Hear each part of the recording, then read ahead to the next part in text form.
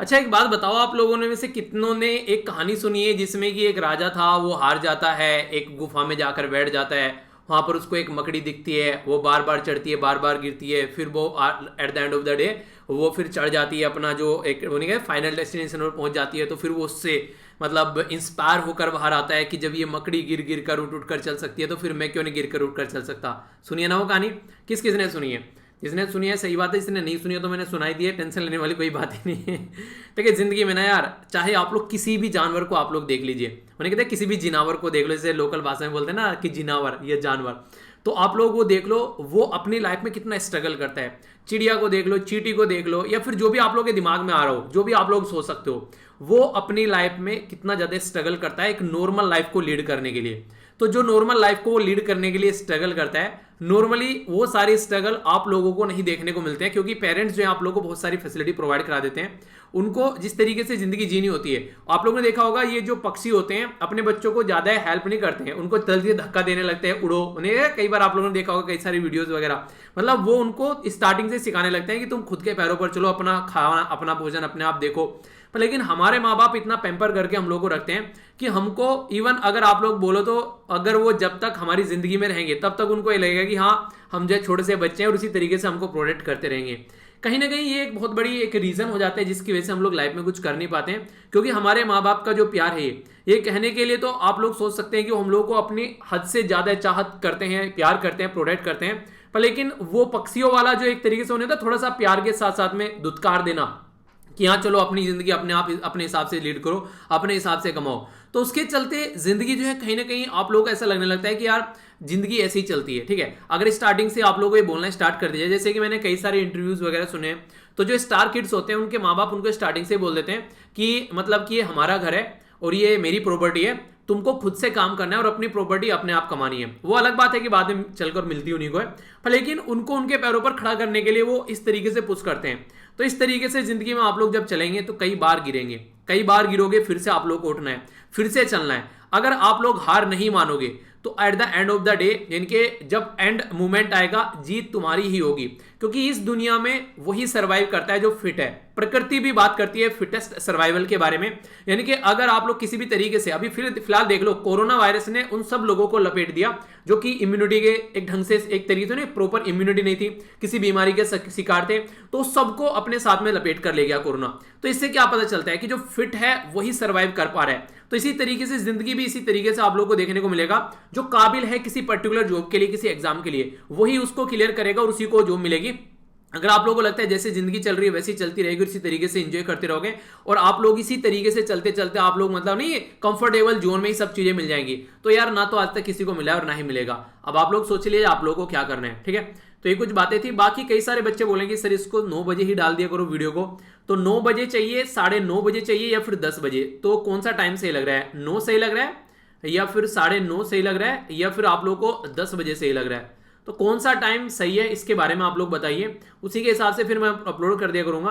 बाकी जो भी आप लोगों को लगता है सुटेबल तो आप लोग बता ही दीजिएगा, क्योंकि मुझे तो अपलोड ही करनी है, उससे पहले थोड़ा कर दें कोई दिक्कत नहीं। हाँ कभी कभी थोड़ा बहुत लेट हो सकती है, इधर उधर अगर निकलना पड़ गया, वरना रेगुलरली अगर 9 बजे भी बोलोगे तो कोई दिक्कत नहीं है, 9:30 या फिर 10, इनमें से एक टाइम कोई चूज कर लीजिए जो भी आप लोगों को सुटेबल लगता है। तो जो भी ज्यादा कमेंट करेंगे उसी टाइम को फिर आगे से इंप्लीमेंट कर दिया जाएगा। ठीक है, तो इसके बारे में आप लोग बताइए, आप लोग की क्या राय है, आप लोग क्या सोच रहे हैं इस टाइम को लेकर। बाकी आइए आज का डिस्कशन स्टार्ट करते हैं, काफी शानदार ये डिस्कशन रहने वाला है। आगे बढ़ने से पहले यार एक बार नजर डाल लेते हैं क्या क्या हम लोग डिस्कस करेंगे, उससे फिर आप लोगों के माइंड में एक बेस बन जाएगा, अच्छा ये चीजें डिस्कस करनी है, तो आप लोगों के चक्षु खुले रहेंगे जब भी आर्टिकल आएगा, अच्छा इसमें से एक क्वेश्चन बन सकता है। तो ये फायदा होता है एक बार ओवरव्यू लेने का, तो क्वेश्चन की फॉर्म में ओवरव्यू हम लोग लेंगे। अभी एक पर्टिकुलर यूनियन टेरिटरी है, उसके जो लेफ्टिनेंट गवर्नर है उनके द्वारा यहाँ पर ये बेसिकली YOUNTAB, तो याद रखिएगा यून टैब करके कोई एक स्कीम लॉन्च की गई यहाँ पर। ये बेसिकली डिजिटल लर्निंग को एनकरेज कर रहे हैं इस पर्टिकुलर यूनियन टेरिटरी में। ठीक है, तो ये आप लोगों को बताना है कि कौन सी यूनियन टेरिटरी का ये प्रोग्राम है जिसके द्वारा यहाँ पर ये लॉन्च किया गया है। अभी यहाँ पर हमने आप लोगों को पेंजिया ये 14 के बारे में पढ़ाया था, तो पेंजिया 14 भी आप लोगों को थोड़ा सा मैंने डिस्कस किया था, अभी इसके बारे में डिटेल में डिस्कस करेंगे, बातें करेंगे।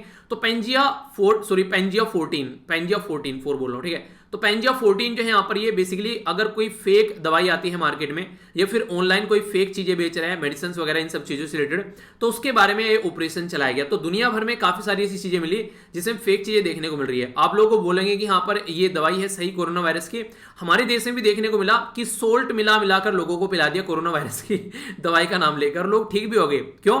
क्योंकि आप लोगों को पता है कि ये एक तरीके से हमारा सबकॉन्शियस माइंड काम करता है। अगर कोई आप लोगों को बोल दे हाँ ये चीज इस तरीके से होती है और आप लोग उस पर विश्वास कर ले, तो आप लोगों का माइंड जो है वो आपकी बॉडी को सही तरीके से रिकवर करना स्टार्ट कर देता है। ठीक है, तो इसलिए वो सारा प्लेसिबो इफेक्ट के बारे में सुना आप लोगों ने कि एक इंसान को प्रॉपर गोली दी गई दवाई और एक इंसान को उन्हें की मीठी टॉफी दे दी गई, ऊपर दोनों को बोला गया कि हाँ दोनों को दवाई दी जा रही है, तो उसको भी इतना इंपैक्ट देखने को मिलता है जिसको मीठी टॉफी दी गई थी, क्योंकि इससे पता चलता है कि हमारी बॉडी के अंदर जो इम्यून सिस्टम है अपने आप को अपना आप ठीक करता है। आप लोगों ने सुना भी होगा जो दवाई दी जाती है वो कुछ नहीं करती है, बस हमारी इम्यून सिस्टम को स्ट्रॉन्ग करती है। तो अगर हमारा सबकॉन्शियस माइंड ही हमारी इम्यून सिस्टम को स्ट्रॉन्ग कर दे तो कैसा रहेगा, पर लेकिन उसके लिए आप लोगों को सबकॉन्शियस माइंड को वो चीज विश्वास दिलानी पड़ेगी।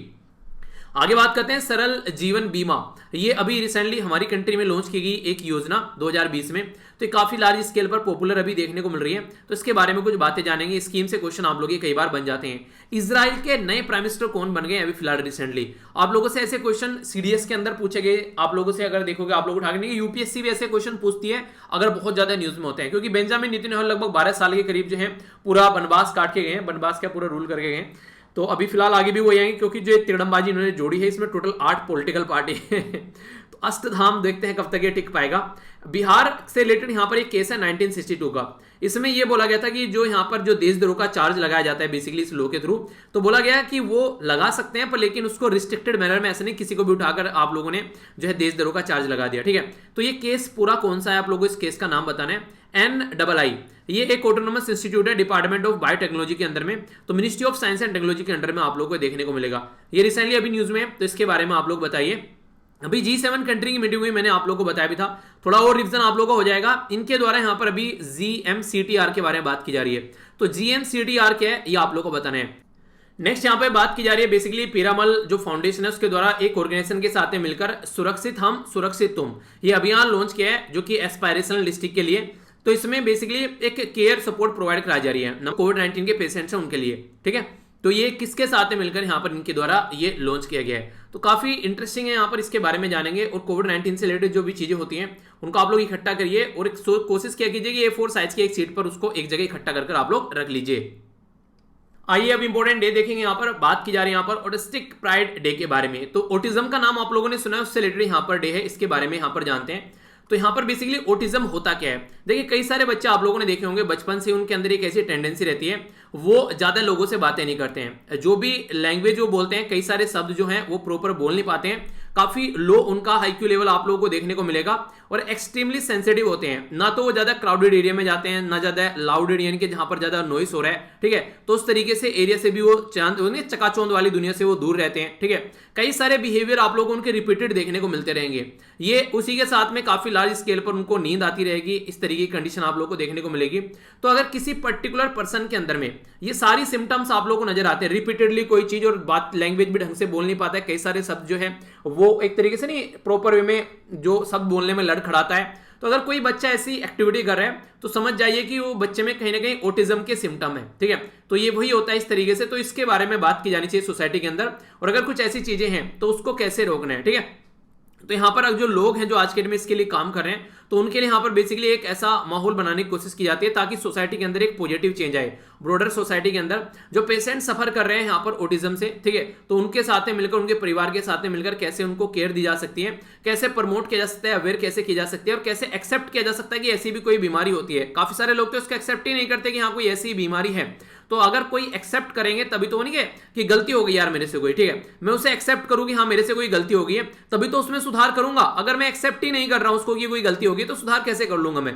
तो इस तरीके से आप लोग अंडरस्टैंड कर सकते हैं। ठीक है, तो कोशिश ये करनी है यहाँ पर इसके बारे में अवेयरनेस फैलाई जा रही है ताकि अगर इस चीजों को सुधारा जा सके, पर लेकिन एक्सेप्टेंस जरूरी है। अगर उसको एक्सेप्ट किया जाएगा कि हाँ ये गड़बड़ हुई है तो उसको यहाँ पर सुधार पाएंगे। ठीक है, तो इसके बारे में यहाँ पर बात की जा रही है। आइए अब आगे चलते हैं।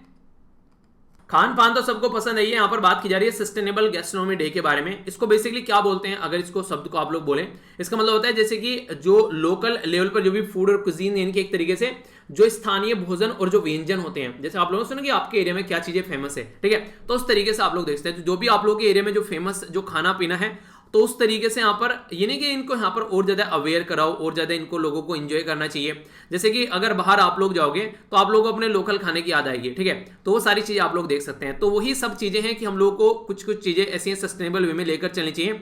इन चीजों को कैसे सस्टेनेबल बना सकते हैं उसके ऊपर ध्यान देना चाहिए। 18 जून को ये डे सेलिब्रेट किया जाता है, ठीक है। आइडिया बेसिकली ये रहता है कि आज के डेट में सस्टेनेबल खाना प्रोवाइड करा, जैसे कि एग्रीकल्चर की बात कर लीजिए, फिशिंग की बात कर लीजिए, ठीक है, तो कुछ भी ऐसा हो तो आप लोगों को जो शाकाहारी है उनके लिए शाकाहारी, जो मांसाहारी है उनके लिए मांसाहारी। तो आज की डेट में जैसे इन्वायरमेंट की प्रॉब्लम चल रही है, उसके चलते हेल्थ की प्रॉब्लम देखने को मिल रही है, क्लाइमेट चेंज की प्रॉब्लम देखने को मिल रही है, तो कहीं ना कहीं एग्रीकल्चर के ऊपर इसका डायरेक्ट इंपैक्ट आप लोगों को देखने को मिलेगा, ठीक है। तो इन सबको टैकल करने की जरूरत है, क्योंकि ऑल ओवर वर्ल्ड में पॉपुलेशन तो बढ़ रही है, पर लेकिन जिस एरिया में खेती की जाती है वो घट रहा है, क्योंकि कहीं घर बनाए जा रहे हैं, कहीं कोई कंस्ट्रक्शन किया जा रहा है, तो उसकी वजह से दिक्कत देखने को मिल रही है। तो किस तरीके से हम लोग इन चीजों को सस्टेनेबल बना सकते हैं, तो शाम दाम दंड भेद लगाकर उसके ऊपर काम करना चाहिए, ठीक है।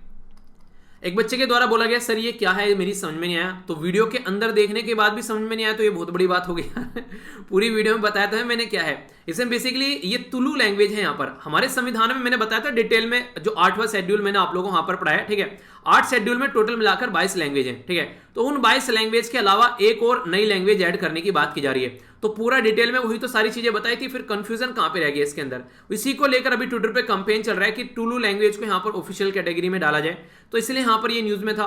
तो इससे क्वेश्चन बन सकता है जो यहां पर बताया, इसलिए मैंने थोड़ा सा टुलु लैंग्वेज को तो एक तरीके से जो भी है बातें चल रही हैं, यानी कि जो पॉलिटिकल एंगल है वो तो मैंने नहीं बताया इस आर्टिकल के अंदर में, क्योंकि वो फालतू की चीजें चलती रहती हैं, सब चीजें कभी किसी चीज को लेकर कभी किसी चीज को लेकर, वो सब एक तरीके से पॉलिटिकल एजेंडे चलते रहते हैं। पर लेकिन आप लोगों के लिए जो इंपॉर्टेंट क्वेश्चन एग्जाम में बन सकता है, वो जो बेसिक इंफॉर्मेशन बताई गई है यहाँ पर इस लेक्चर में, वो आप लोग जरूर याद रखिएगा। एक बच्चे के द्वारा पूछा गया सर जो नोट्स वगैरह बनाने की बात की गई, यहाँ पर जो भी वीडियो देखते हैं इनसे नोट्स बनाने चाहिए क्या? देखिए अगर आप लोगों ने अभी अभी वीडियो देखनी स्टार्ट करी है, ठीक है, अभी आप लोगों ने ये सारी चीजें नई नई स्टार्ट की है, तो अभी नोट्स मत बनाइए, ठीक है। क्योंकि जब आप लोग रेगुलर चीजें सुनते रहोगे, बहुत सारी चीजें तो आप लोगों को याद ही हो जाएगी। जब आप लोगों को लगे कि हाँ 3-4 महीने या 4-5 महीने आप लोगों को सुनते सुनते हो गया, और अभी आप लोगों का एग्जाम जो है वो 1-1.5 आप लोगों का एग्जाम जो है वो अभी बाद में देना है, जैसे कि 2 साल बाद में देना है, ठीक है। तो इस तरीके से सोच के चलिए किसी को जो एग्जाम है वो आगे देना है 2023 में, 2024 में। कई सारे बच्चे ऐसे बोले सर नोट्स बना लेगा, मत बनाओ अभी नोट्स, अभी सुनते रहो बस आराम से, ठीक है। अगर आप लोगों को जैसे कि अभी आप लोगों को अगर एग्जाम देना है 2022 में, ठीक है, तो थोड़ा सा आप लोगों को कुछ टॉपिक जो है उनको उनके नोट्स बनाने स्टार्ट कर देने चाहिए। हर एक टॉपिक के नोट्स बनाने की जरूरत नहीं है, कुछ ऐसे इशू जो कंटिन्यूअस चल रहे हैं उनके नोट्स बनाइए, ठीक है। आप लोग चीजों को रेगुलर सुनिए, प्रैक्टिस करिए, वो चीजें याद रह जाएंगी, वरना नोट्स भी कहां तक पढ़ोगे। नोट्स जो होने चाहिए बहुत कंसाइज फॉर्म में होने चाहिए, बहुत ही एक पॉइंट टू पॉइंट चीजें लिख ली। जैसे कि ये जो जब मैं आप लोगों से बात करूं, जो आज के डिस्कशन रहेगा, तो लगभग मैं इसके अंदर आप लोगों को अगर जानने को मिले 50 के करीब स्लाइड कवर करूंगा। तो एक दिन में अगर 50 के करीब स्लाइड में कवर कर रहा हूं, तो आप लोग 50 के करीब नोट्स थोड़ा ना बनाओगे। तो कोशिश ये करो कि अगर एक दिन का लेक्चर आप लोग सुनते हो, तो A4 साइज की सीट के ऊपर आप लोग उस नोट्स को कंप्लीट आप लोग करना है, यानी कि एक दिन का एक पेज होना चाहिए बस। 30 दिन के 30 पेज हो गए, कहानी खत्म होगी। इससे फालतू नहीं होना चाहिए। अगर इससे फालतू आप लोग कर रहे हो तो इसका मतलब तो फिर पीपीटी पढ़ लो, कोई मतलब नहीं रह गया। तो नोट्स जो इस तरीके से बनाओ, और वो भी स्टार्टिंग में बनाओ, क्योंकि बहुत सारे टॉपिक इतने हो जाएंगे, इतनी बार रिपीट हो जाएंगे, आप लोगों को लगेगा ही नहीं कि इनके बारे में नोट्स भी बनाना चाहिए, इतनी सारी चीजें आप लोगों को याद हो जाएंगी। तो ये कुछ ऐसी चीजें आप लोग जिनको इंप्लीमेंट कर सकते हैं, ठीक है। तो कोशिश कीजिएगा इस तरीके से चीजों को लेकर चलिए, टेंशन नहीं लेना है, अभी आराम से चीजों को करते रहिए, ठीक है। आगे चलते हैं, यहाँ पर शॉर्ट न्यूज देखते हैं क्या क्या बातें यहाँ पर की जा रही है। सबसे पहली जो यहाँ पर न्यूज निकल कर आ रही है इसी के बारे में, यहाँ पर बेसिकली यूनटेप के बारे में बात की जा रही है। तो यूनियन टेरिटरी कहाँ की है? ये लद्दाख है। बेसिकली लद्दाख के अंदर जो डिजिटल एजुकेशन है उसको सपोर्ट करने की बात की जा रही है, डिजिटल लर्निंग को। तो इसलिए यहाँ पर जो लर्निंग है, जो खासकर अगर लोकल एरिया में आप लोग जाएंगे, जो कि गांव वाला एरिया है, लद्दाख वाले एरिया के अंदर कोई, तो वहां पर यह सिटी वाला एरिया है, तो उनमें आप लोग काफी डिफरेंस नजर आएगा। गांव में आप लोग को पता है ज्यादातर लोगों के पास में ना कंप्यूटर देखने को मिलेगा, बस मोबाइल रहेगा, ना कोई टैबलेट वगैरह रहेगा। इलेक्ट्रिसिटी भी बीच बीच में जाती रहती है, बहुत सारी इंटरनेट की प्रॉब्लम आप लोगों को नजर आ जाएगी। तो इसके चलते कई सारी दिक्कत देखने को मिलती है। पर लेकिन कोविड-19 ने प्रॉब्लम क्रिएट ये कर दी है कि स्कूल वगैरह सब वो सारी चीजें भी खुल नहीं रही हैं, तो जिसके चलते सबको कम से कम एजुकेशन मिलनी चाहिए। अगर कोई ऐसी प्रॉब्लम आ जाए तो फिर से कैसे चीजों को टैकल करना है, तो एक नए चैलेंज के लिए अपने आप को तैयार करना है। ताकि ऐसी दिक्कत देखने को मिले तो उसको रोका जा सके। ठीक है, तो यहाँ पर 9 से लेके 12 क्लास के जो बच्चे हैं तो फर्स्ट फेज में उनके लिए यहाँ पर ये स्कीम चलाई जा रही है। तो टोटल मिलाकर लगभग 12,300 के करीब स्टूडेंट जो है 6 से लेके 12वीं क्लास तक के, तो उनको यहाँ पर सिस्टम प्रोवाइड कराया जा रहा है, तो इस स्कीम का वो फायदा उठा पाएंगे। ठीक है, तो इस स्कीम के तहत टैबलेट डिस्ट्रीब्यूट किए जा रहे हैं ताकि टैबलेट उनको मिल जाएंगे, तो फिर आगे चलकर लेक्चर देख सकते हैं, क्योंकि बहुत सारे गरीब ऐसे बच्चे जिनको नहीं मिल पाती हैं चीजें, तो इसके चलते एक अच्छी खासी एजुकेशन में इंपावरमेंट करने के लिए स्कीम है। अगर एजुकेशन के बारे में कुछ लिखने के लिए आता है तो इस तरीके कोई स्कीम पर्टिकुलर आप लोग मेंशन कर सकते हैं, एक कंस्ट्रक्टिव क्रिटिसिज्म करने की बात आती है। तो ठीक है, आगे चलते हैं। नेक्स्ट जो आर्टिकल है यहाँ पर ये इजराइल के बारे में बात करेगा। तो ये है अपनी प्यारी कंट्री। यहाँ से अगर आप लोग आएंगे इधर को तो आप लोग को इजराइल देखने को मिलेगा। एग्जैक्ट लोकेशन थोड़ा देख लेते हैं, तो ये एग्जैक्ट लोकेशन हो गई। ठीक है, तो यहाँ पर हो गया इजराइल। इजराइल ये वो वाला एरिया है जहां पर काफी ज्यादा पैलेस्तीन के और इजराइल के बीच में रस्साकसी रहती है। पैलेस्तीन 2 पार्ट में डिवाइड है, गाजा स्ट्रिप और वेस्ट बैंक हो गया यहाँ पर, और ये इसकी तल अवीव पहले कैपिटल थी, अब जेरूसलम बना दी गई इसकी कैपिटल डोनाल्ड ट्रंप साहब के द्वारा सपोर्ट कर। हमारी एम्बेसी तल अवीव में है, वो जेरूसलम में नहीं है। ठीक है, तो ये आप लोग याद रखिएगा। बाकी इसके बारे में कुछ बातें अभी कर लेते हैं, यहाँ पर क्या क्या बातें की जा रही है। अब तक जो यहाँ पर प्राइम मिनिस्टर थे वो थे बेंजामिन नेतन्याहू। अभी फिलहाल जो प्राइम मिनिस्टर यहाँ पर आ रहे हैं ये एक नए प्राइम मिनिस्टर आ रहे हैं, और 12 साल तक बेंजामिन नेतन्याहू यहाँ पर रहे। अभी जो आ रहे हैं यहाँ पर इनका नाम है यहाँ पर नफत अली। ठीक है, तो नफत अली जो यहाँ पर बेनेट करके ये नए प्राइम मिनिस्टर अभी बन रहे हैं। तो ये जो प्राइम मिनिस्टर बन रहे हैं ये यहाँ पर 8 पॉलिटिकल पार्टी एक साथ में आई, उनकी सपोर्ट से यहाँ पर ये प्राइम मिनिस्टर बन रहे हैं। तो एक बिजनेसमैन है, मिलियनर है यहाँ पर जो ये प्राइम मिनिस्टर बन रहे हैं। पहले यहाँ पर फॉर्मर डिफेंस मिनिस्टर भी यहाँ पर रह चुके हैं, काफी राइट विंग ये एक पर्टिकुलर पर्सनैलिटी, यानी कि नेशनलिज्म के बारे में बात करते हैं, देश के बारे में बात करते हैं, वो सारी चीजें।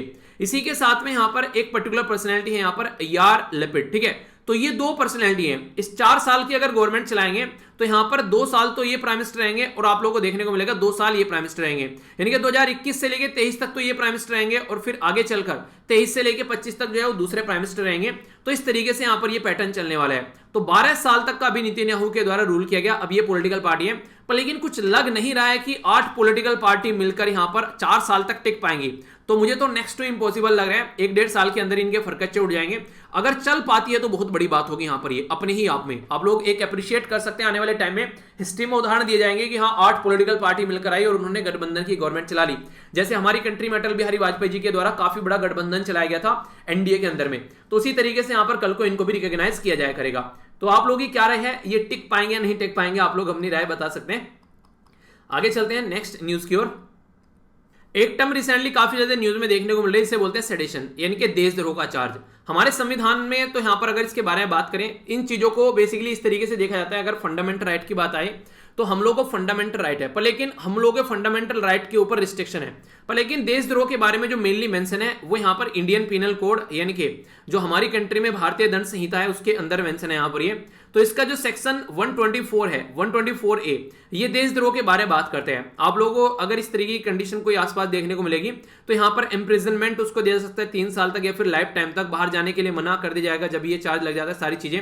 तो एक तरीके से उसको गिरफ्तार करके फाइन या फिर ये इम्प्रिजनमेंट या फिर दोनों लग जाते हैं। तो ये सारी कंडीशन आप लोगों को यहाँ पर देखने को मिलेगी। यानी कहने का मतलब ये है कि एक संगीन अपराध की कैटेगरी में इसको रखा जाता है। ऐसे नहीं कि देशद्रोह का चार्ज लग गया और बस ऐसे ही कि हाँ चल रहा है चलो हट जाएगा, कुछ ऐसे, ठीक है। पर लेकिन अभी रिसेंटली क्या देखने को मिलता है कि देशद्रोह का चार्ज जो है वो कई बार मिसयूज किया जाता है कई सारी पॉलिटिकल पार्टीज के द्वारा। तो इसके चलते कोर्ट में मैटर जाता है, फिर पता चलता है यार ये तो गलत तरीके से मिसयूज किया गया। तो ऑलरेडी हमारी कंट्री में एक केस है जो आप लोगों को याद रखना है, उसको बोलते हैं बेसिकली ये है यहाँ पर केदार, ठीक है। तो केदारनाथ सिंह जो वर्सेस स्टेट ऑफ बिहार का केस है यहाँ पर 1962 का, ठीक है। ये आप लोग यहाँ पर देख भी सकते हैं। Kedarnath Singh versus state of Bihar का केस है यहाँ पर जो देशद्रोह के बारे में बात करते हैं। इस केस में सुप्रीम कोर्ट के द्वारा यह बोला गया कि देशद्रोह का चार्ज आप लोग लगा सकते हैं पर लेकिन रिस्ट्रिक्टेड मैनर में, यानी कि जिसको चाहो किसी ने प्रोटेस्ट किया आपके खिलाफ उसके ऊपर ही देशद्रोह का चार्ज लगा दिया, ये सही तरीका यहाँ पर नहीं होगा, ठीक है। तो देशद्रोह का चार्ज लगाने के लिए जो क्राइटेरिया होना चाहिए वो क्राइटेरिया फुलफिल होना चाहिए, तभी आप लोग देशद्रोह का चार्ज लगा सकते हैं। तो सुप्रीम कोर्ट के एक बेंच के द्वारा अभी यहाँ पर विनोद दोहा जो जर्नलिस्ट है उसके ऊपर देशद्रोह का चार्ज लगा था, तो उसके चलते यहाँ पर वो अभी यहाँ पर इनके द्वारा हटाया गया, बोला कि ये गलत तरीके से प्रेजेंट किया जा रहा है। इस तरीके से गवर्नमेंट का अगर जेन्युइन क्रिटिसिज्म कर रहा है कोई, यानी कि मान लीजिए गवर्नमेंट ने कोविड-19 केस ढंग से काउंट नहीं किए, अगर लोकल एरिया पर कोई भी यहाँ पर जर्नलिस्ट उसको बता रहा है कि हाँ इस स्टेट में ये गवर्नमेंट ढंग से काम नहीं कर रही है, तो ये तो सही बात है, जो गवर्नमेंट कर नहीं रही है वही बता रहा है। गवर्नमेंट क्या करे, देश द्रोह का चार्ज लगाकर स्टेट गवर्नमेंट उसको अंदर डलवा दे रही है। तो इसमें क्या सही है क्या गलत है वो तो समझिए, कि वो सही चीजें बता रहा है, वो जो है वो बता रहा है, वो कुछ घोलमेल के नहीं बता रहा है। तो वो सारी चीजें कम से कम यहाँ पर आप लोगों को सुननी पड़ेगी अगर कुछ गलत काम कर रहे हो तो, वरना तो यहाँ पर मीडिया का कोई पर्पज ही नहीं रहेगा, कोई कुछ बोलेगा ही नहीं, सारी मनमानी चलेगी। तो कई सारी स्टेट गवर्नमेंट भी यहाँ पर इसको मिसयूज कर रही है, तो उसके चलते कई बार न्यूज में आ जाता है। ठीक है, तो थोड़ा सा आइडिया रहेगा तो आप लोग कंफ्यूजन नहीं रहेगा। ठीक है, आगे बढ़ते हैं। नेक्स्ट इंपॉर्टेंट जो न्यूज यहां पर निकल कर आ रही है ये है DBTNII के बारे में। तो DBTNII क्या है यहां पर, ये इसके बारे में आप लोग याद रखिएगा। DBT को बोलते हैं डिपार्टमेंट ऑफ बायोटेक्नोलॉजी, ठीक है। NII क्या है यहां पर, इसको बोलते हैं नेशनल इंस्टीट्यूट ऑफ इम्यूनोलॉजी। तो कहां पर है ये, पुणे के अंदर आप लोगों को देखने को मिलेगा। तो रिसेंटली अभी किस लिए न्यूज में, क्योंकि इनके द्वारा फास्ट इंडिजिनस जो ट्यूमर एंटीजन यहां पर आइडेंटिफाई किया गया जिसका नाम है SPAZ9, ठीक है। तो ये आप लोगों से पूछा जा सकता है एग्जाम में। और दो चीजों में आप लोग कंफ्यूजन नहीं होना है, एक तो एंटीबॉडी बोलते हैं, ठीक है, और एक बोलते हैं एंटीजन। एंटीजन जो होता है बेसिकली यहां पर ये एक तरीके से हमारा जो इम्यून सिस्टम है, जब एंटीजन क्रिएट होता है बॉडी में तो उसके अगेंस्ट हमारी बॉडी में एंटीबॉडी क्रिएट होती है। यानी कि एंटीजन जो है वो नेगेटिव सब्सटेंस है, जो एक तरीके से बोल सकते हैं बॉडी के अंदर कुछ गलत चीजें आ जाना, जैसे ये बैक्टीरिया हो गया, वायरस आ गया, तो ये सारी चीजें एंटीजन की कैटेगरी में आती है। तो जो यहाँ पर अभी ट्यूमर, जो भी यहाँ पर जो ट्यूमर से रिलेटेड जो भी दिक्कत देखने को मिलती थी, उसका जो एंटीजन है ये भी आइडेंटिफाई किया गया है। तो मैंने बताया था ना कि अगर आप लोग खुद एक्सेप्ट करोगे हाँ ये मेरे से गलती हो गई है, तभी तो आप लोग उसको रेक्टिफाई कर पाओगे। अगर आप लोग गलती ही नहीं एक्सेप्ट कर ले तो रेक्टिफाई कैसे कर पाओगे। तो इसलिए यहाँ पर ये बातें बोली गई है कि अगर यहां पर एंटीजन का पता चलेगा तभी तो दवाई आएगी निकल कर मार्केट में, उसके लिए, ठीक है। तो यहां पर जो एंटीजन यहां पर है SPAZ9, ये डिस्कवर किया गया डॉक्टर अनिल सूरी के द्वारा 1998 में, और आज की डेट में यहां पर जो कैंसर से रिलेटेड जो भी चीजें उसको आगे लेकर चला जा रहा है। तो इसके चलते अभी और इसके ऊपर स्टडी की जा रही है। तो यहां पर ये स्टडी अभी इस लेवल पर आ गई है कि इसके ट्रेडमार्क की जो दवाई है SASPAZNIITM, ठीक है। तो ये जो दवाई है इसको बेसिकली यूज करने की बात की जा रही है। प्रॉपर प्रेजेंट टाइम पे इसके यहाँ पर जो सर्विकल जो ओवरियन कैंसर होता है, जो वुमेन होती है उसके प्राइवेट पार्ट में यहाँ पर ये कैंसर देखने को मिलते हैं, और जो ब्रेस्ट कैंसर होता है तो उसके लिए यहाँ पर नॉर्मली इसको यूज किया जाता है। तो अभी फिलहाल इसको भी इसके लिए यूज करने की बात की जा रही है, ठीक है। तो इसकी वजह से यहाँ पर ये न्यूज में आ गया है। तो कोई भी ऐसी कंफ्यूजन आप लोगों के माइंड में नहीं होना चाहिए। ये छोटी छोटी सी कुछ बातें होती हैं, कई बार डायरेक्ट क्वेश्चन भी आप लोगों से बन जाते हैं, फिर इनडायरेक्ट वे में भी क्वेश्चन पूछ जाते हैं, ठीक है। तो इसके चलते हम लोग आगे के लिए अपने आप को तैयार कर रहे हैं। नॉर्मली जो इम्यून सिस्टम होता है उसको बूस्ट देती है हमारी बॉडी के अंदर टी सेल, आप लोगों को पता होगा टी सेल जो आप लोगों ने सुनी होगी, ठीक है। तो ये बेसिकली कई सारी जो बॉडी के अंदर प्रॉब्लम होती है उनको टैकल करने में, उनके साथ लड़ने में हेल्प भी करती है। ओके, आगे चलते हैं। आप लोगों ने कई सारे वेरिएंट के नाम सुने अभी, जैसे मैंने आप लोगों को बताया भी है। चलिए इंडिया के अंदर जो वेरिएंट है उसका नाम आप लोगों को याद आ रहा है क्या है, बताइए। चलिए देखता हूं कौन कौन बताते हैं। इंडिया के अंदर अभी वेरिएंट देखने को मिले कोरोना वायरस के, और भी कई सारी कंट्री के अंदर वेरिएंट देखने को मिले। मैंने आप लोगों से इसके बारे में शेयर भी किया था। तो किस किस को याद आ रहा है, कोई वेरिएंट का नाम बताइए आप लोग। इंडिया से रिलेटेड कोई वेरिएंट अगर आप लोगों को याद आता है, चलिए यूके से रिलेटेड बता दीजिए आप लोग, ठीक है, या फिर ब्राजील का बता दीजिए। याद आ रहा है कोई, आप लोगों को पता होना चाहिए कम से कम। इंडिया के तो जरूर याद रखेगा। इंडिया का एक है डेल्टा और दूसरा है कप्पा, ठीक है। और अगर बात करें यूके का, वो है अल्फा, ब्राजील का है जीटा, ठीक है। इसी तरीके से साउथ अफ्रीका है बीटा, तो यहाँ पर साउथ अफ्रीका के बीटा और गामा साउथ अफ्रीका के पास में। यूएसए का लोटा, ठीक है। तो ये सारी चीजें हैं। तो यूएसए लोटा लेके घूम रहे डोनाल्ड ट्रम्प, याद रख लेना। वेरिएंट जो डेल्टा है, डेल्टा हमारा वेरिएंट है, हमारी कंट्री में काफी लार्ज स्केल पर देखने को मिल रहा है। तो इसका जो वर्जन है जो इसको बोलते हैं B16172, तो ये काफी ज्यादा लार्ज स्केल पर इसके अंदर से भी वेरिएंट निकल कर अभी आ रहे हैं, यानी कि वेरिएंट के अंदर से वेरिएंट निकल रहे हैं, ठीक है। तो उसकी वजह से अभी काफी ज्यादा दिक्कत देखने को मिल रही है।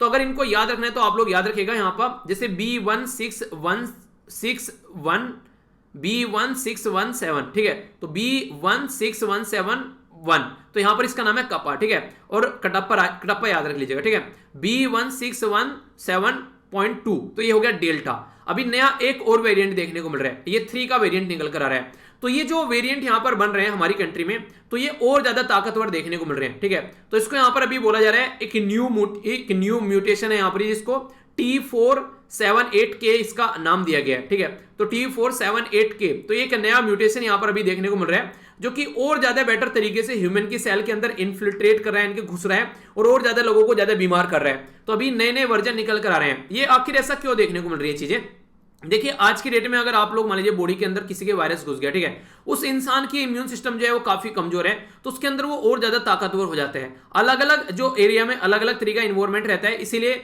यूके में अगर आप लोग कोई और म्यूटेशन देखने को मिल रहा है, ब्राजील में कोई और इंडिया में कोई और, तो वहां पर लोगों के खान पीन, रहन सहन, क्लाइमेट चेंज, टेम्परेचर, बहुत सारी चीजों पर निर्भर करता है। तो उसी के बेस पर यहाँ पर अभी म्यूटेशन काफी लार्ज स्केल पर अभी चेंज हो रहे हैं। तो आने वाले टाइम में भी कोरोना जो है वो नहीं जाने वाला है, क्योंकि नॉर्मली कोई बीमारी अगर इस पृथ्वी पर आई है तो एक दो को छोड़कर कोई बीमारी इस पृथ्वी से गई नहीं है, फिर भी आप लोग किसी न किसी लोगों को जरूर देखने को मिलेगी वो। तो इसलिए अब यहां पर इंसानों को ही सुधरना पड़ेगा। अगर उनका इम्यून सिस्टम अच्छा नहीं रहेगा, अगर प्रॉपर वे में अपने आप को एक बैलेंस डाइट, एक अच्छी नींद नहीं लेंगे, तो आने वाले टाइम में आप लोगों को कोरोना से लोग मरते हुए हर मौसम में नॉर्मली नजर आएंगे ही आएंगे।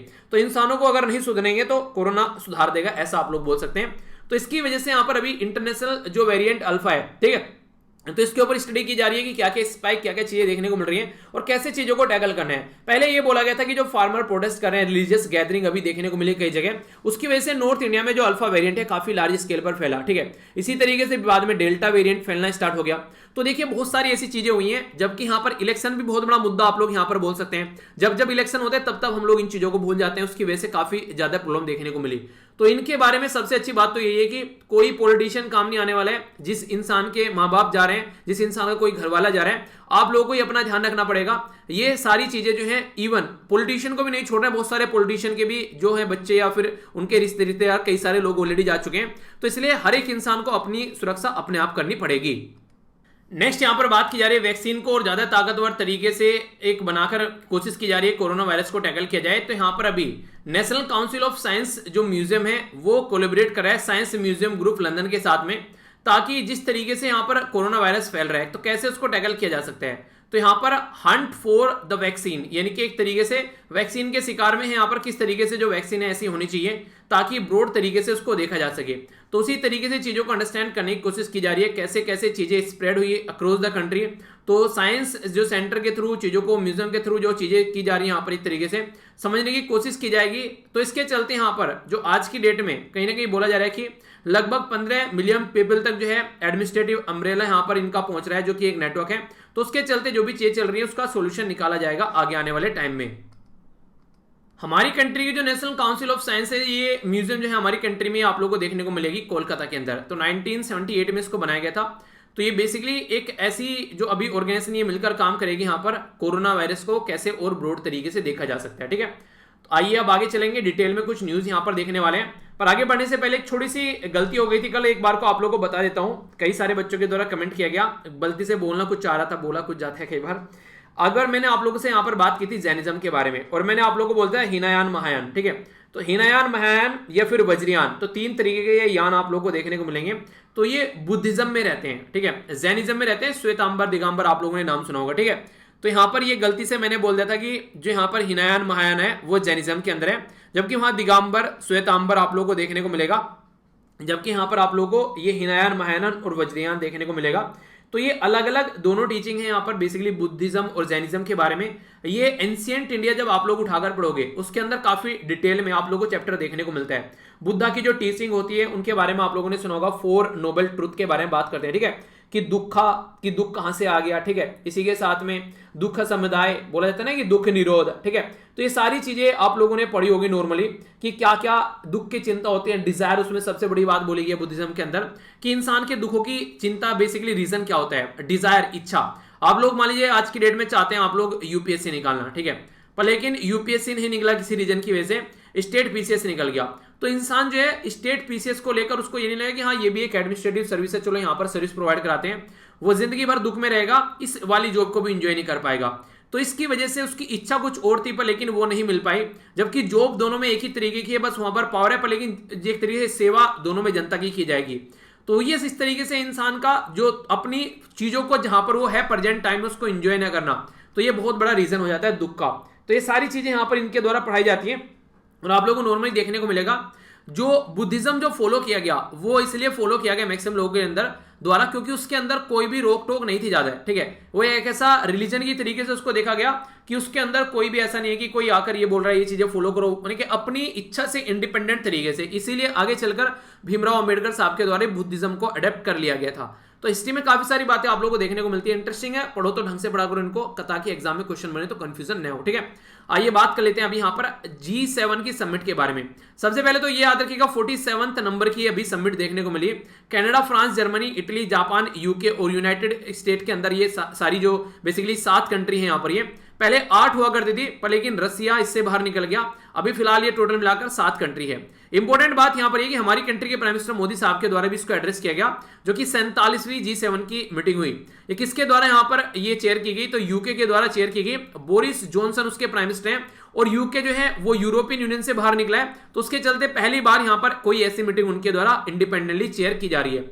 फाइनेंस मिनिस्टर थे जो थे G7 कंट्री से, वो मिले, तो उनके द्वारा एक काफी अच्छा डिसीजन लिया गया, जो कि काफी लार्ज स्केल पर इसको फोकस दिया जा रहा है, global minimum corporate tax rate. इसमें ये बोला गया कि लगभग 15% आप लोग यहां पर मिनिमम एक ग्लोबल टैक्स रेट रखिए, ताकि एक कंपनी जो है वो एक देश में से दूसरे देश में जाती है अपने टैक्स को बचाने के लिए, उसकी वो हरकतें जो है कम की जा सके। हालांकि बहुत सारी कंट्री ऐसी हैं वो सोच रही है कि इसको इस तरीके से फॉलो नहीं किया जाए। क्यों? क्योंकि उनको तो फायदा हो रहा है, कंपनी वहां पर उन्हीं कंट्री में आ रही है, जॉब भी प्रोवाइड करा रही है, टैक्स भी मिल रहा है। तो अभी यहां पर इसके साथ में जो इंडिया, ऑस्ट्रेलिया, साउथ कोरिया भी यहां पर पार्टिसिपेट कर रहे थे। ठीक है, तो गेस्ट कंट्री के तौर पर यहां पर आप लोगों को देखने को मिला। तो इसी तरीके से यहां पर एक D10 के नाम से भी एक काफी ज्यादा न्यूज में है। D10 मतलब Canada, France, Germany, Italy, Japan, UK, United state और इंडिया, ऑस्ट्रेलिया और साउथ कोरिया। ठीक है, तो ये टोटल मिलाकर D10 यानी कि डेमोक्रेसी ऑफ 10 कंट्री यहां पर अभी देखने को मिल रही है। तो इनको आगे लेकर चलने की कोशिश की जा रही है। G7 जो थी यहां पर 2019 में ये फ्रांस के द्वारा देखने को मिली थी। यूएसए के अंदर जो थी वो कैंसिल हो गई थी कोविड-19 की वजह से, क्योंकि उस टाइम पर यहां पर कोविड-19 काफी ज्यादा पीक पर चल रहा था, तो इसके चलते यहां पर इसको कैंसिल कर दिया गया था। और यूएसए तो उस टाइम पर पता है आप लोगों को, यूएसए में सबसे भयानक कोविड-19 देखने को मिल रहा था, तो इसलिए सारी चीजें वहां पर बंद कर दी गई थी।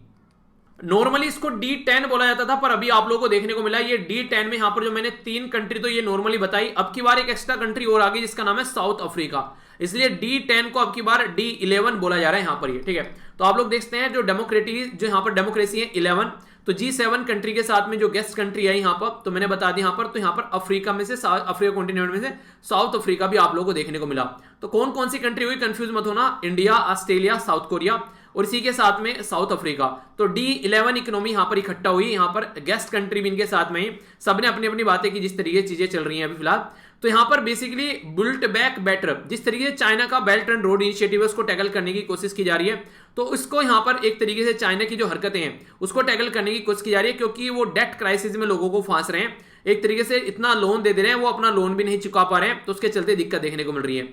G7 जो मेंबर है यहां पर, उनके बारे में अगर बात करें तो उनके द्वारा यहां पर काफी कुछ यहां पर लॉन्च किया जा रहा है, खासकर अगर बात की जाए। और यहां पर इटली अगर देखा जाए, ठीक है, इटली जो कि G7 का मेंबर है, वो भी यहां पर रोड एंड बेल्ट इनिशिएटिव के साथ में कनेक्ट है, तो इससे आप लोग अंदाजा लगा सकते हैं, खुद G7 जो टैकल करने की बात कर रहे हैं यहां पर इसको चाइना को, उसके मेंबर भी यहां पर चाइना के साथ में काफी लार्ज स्केल पर व्यापार करते हैं, तो इसके चलते यहां पर थोड़ा टफ है, आसान चीजें नहीं है, बोलना और करने में काफी ज्यादा डिफरेंस आप लोग को नजर आएगा। अभी अगर आगे बात करें यहां पर, तो यहां पर देखिए फ्रीडम ऑफ एक्सप्रेशन को सपोर्ट किया जा रहा है, इसी के साथ में सेफगार्ड बात की जा रही है डेमोक्रेसी की, जिसे हमारी कंट्री का भी नाम लिया गया, डायरेक्ट तो नहीं लिया गया, पर हाँ कि इंटरनेट काफी लार्ज स्केल पर शट डाउन रहा हमारी कंट्री में, तो इंटरनेट शट डाउन हो गया, फियर देखने को मिला लोगों के अंदर, कोई कुछ बोल नहीं पा रहा है, तो सारी चीजें थी। तो डायरेक्ट तरीके से चाइना, रसिया और इंडिया को टारगेट किया गया। यहां पर जब बात करें तो इंटरनेट को कर्व करने के बारे में, हमारी कंट्री में सालों भर यहां पर इंटरनेट बंद रहे जम्मू एंड कश्मीर के अंदर, तो वो सारी चीजें भी याद की गई। अभी नए IT रूल लाए गए 2021 के, जो काफी ज्यादा क्रिटिसाइज किए जा रहे हैं, क्योंकि इनकी वजह से इंडिपेंडेंटली जो कंपनी है या फिर कोई पर्टिकुलर पर्सन है, जैसे कि अगर YouTube चैनल है, जैसे स्टडी लवर फैमिली, ये आप लोग का YouTube चैनल है, इसके ऊपर भी अगर मैं कुछ ऐसी बातें करता हूं, तो यहां पर ये बोला गया है, आई थिंक शायद 5 लाख से ऊपर जिसके सब्सक्राइबर हैं, ठीक है, उन सबको यहां पर IT रूल को फॉलो करने की बात की जा रही है। अगर यहां पर नहीं फॉलो किया जाएगा तो उनको फिर यहां पर उसके चलते यहां पर जो भी प्रोविजन है उसके चलते उनको फिर कॉन्सिक्वेंसेस झेलने पड़ेंगे। तो ये सारी बातें यहां पर अभी देखने को आप लोगों को मिल रही है। यानी कि कहने का मतलब यहां पर ये कि कोई भी यहां पर एक तरीके से एक दायरे से बाहर नहीं जाएगा, एक लक्ष्मण रेखा खींच दी गई है, उसके चलते सबको काम करना है। तो अच्छा भी है अगर लॉ एंड ऑर्डर की बात की जाए, पर लेकिन अगर कोई इंडिपेंडेंटली कुछ बातें बोलना चाह रहा है, जो सही बातें हैं उनको अपना सामने रखना चाह रहा है, तो ये भी सही नहीं है कि उसको बोलने ना दिया जाए, उसको सप्रेस किया जाए, तो वो भी बातें नहीं देखनी है। ठीक है, तो इस तरीके से आप लोग अंडरस्टैंड कीजिएगा। और भी कई सारा फोकस, जैसे कि फ्यूचर में कोई ऐसा पेंडेमिक आए तो उसको डिक्लेयर यहां पर कैसे लेके चलना है, ठीक है, तो यहाँ पर जो बेसिकली कार्बिस बे, ये यहाँ पर था यूके के अंदर, एक पर्टिकुलर एरिया था, उसमें फ्यूचर पेंडेमिक को कैसे रोकना है उसके ऊपर फोकस दिया जा रहा है। 1 बिलियन कोरोना वायरस की जो वैक्सीन है, ठीक है, उनको गरीब कंट्री को बेसिकली प्रोवाइड कराया जाएगा। यूनाइटेड स्टेट अकेला जो यहाँ पर काफी लार्ज स्केल पर सपोर्ट प्रोवाइड करा रहा है। हाफ ऑफ द जो यहाँ पर यूनाइटेड स्टेट से आ रही है और 100 मिलियन लगभग यहाँ पर यूके से आ रही है, ठीक है।